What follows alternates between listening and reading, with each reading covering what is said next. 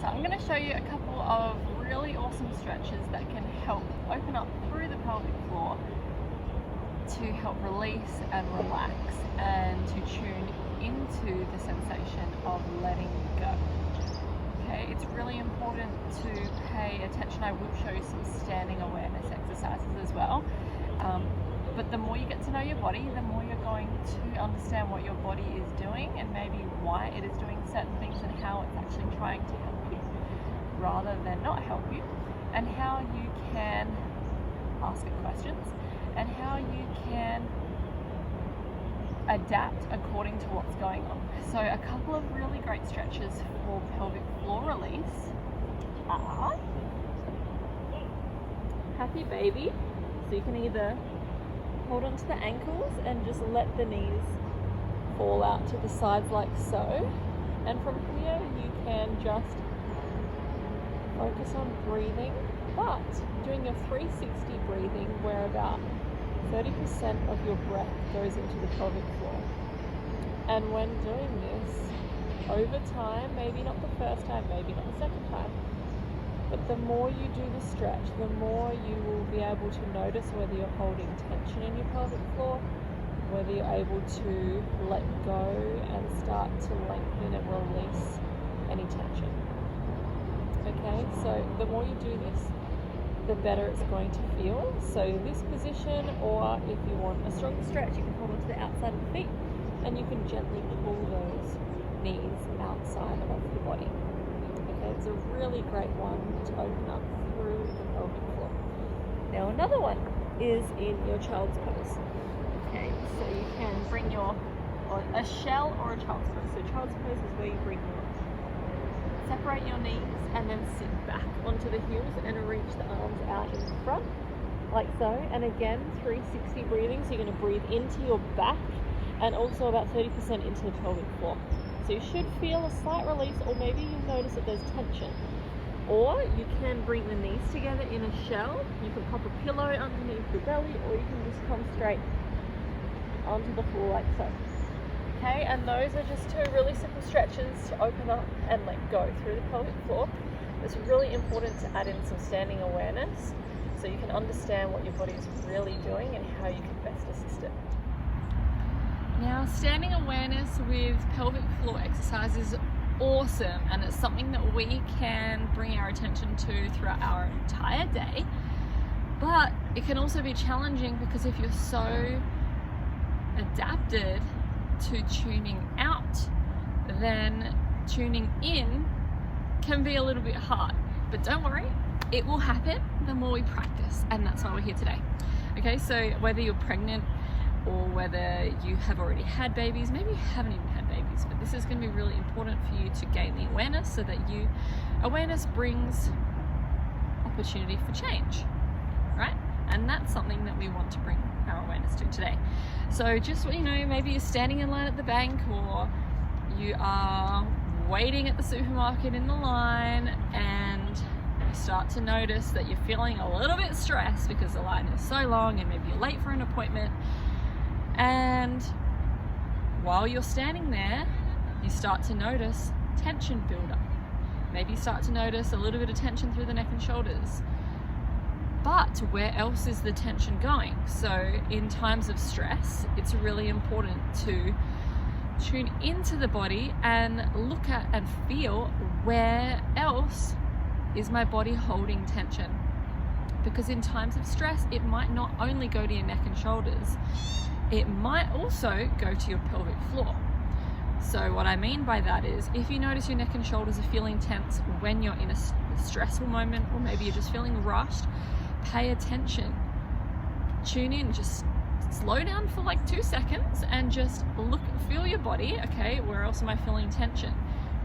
Can you release your blueberry, or is your blueberry lifted up so high that you've made juice already? Okay, if you don't know what I'm talking about with that, then you'll have to do your ACE Method 2.0 videos. But if you are holding tension, then you would have already made blueberry juice, and that's not what we want to be doing, because that's too much tension through our pelvic floor. So gain the awareness. Okay, if my neck and shoulders are tense, am I making blueberry juice, or can I relax and can I release the blueberry and just start paying attention. It might feel really weird at the beginning, but the more you practice it, the more easy it becomes to gain that awareness. Okay, does that make sense? So when you're standing here, okay, what's going on with my pelvic floor? Is my blueberry relaxed, or am I making juice? Because you might surprise yourself what's really going on. Okay, so whether you're standing in line for somewhere, you might not be stressed. Maybe you're just at home and you're cooking. Maybe you're stirring a pot on the stove. Start paying attention. What is happening down there? What's happening with your pelvic floor?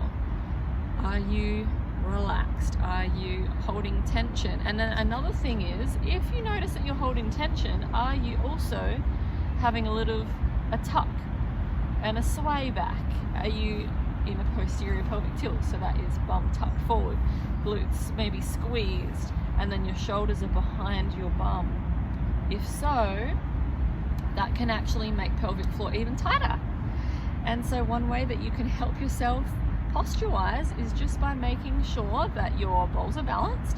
So again, if you haven't seen that video, I can pop it here. So you make sure your pelvis is in neutral. So if you're not sure, you tuck and then you arch and you find your midway. Okay, and then just make sure that your bum is slightly behind your upper back. Okay, can you see that for me? So I could fall into this way, and I can fall into that way, which is too far, or I can keep my balls balanced, stay neutral, like so, and that's optimal position for pelvic floor anyway.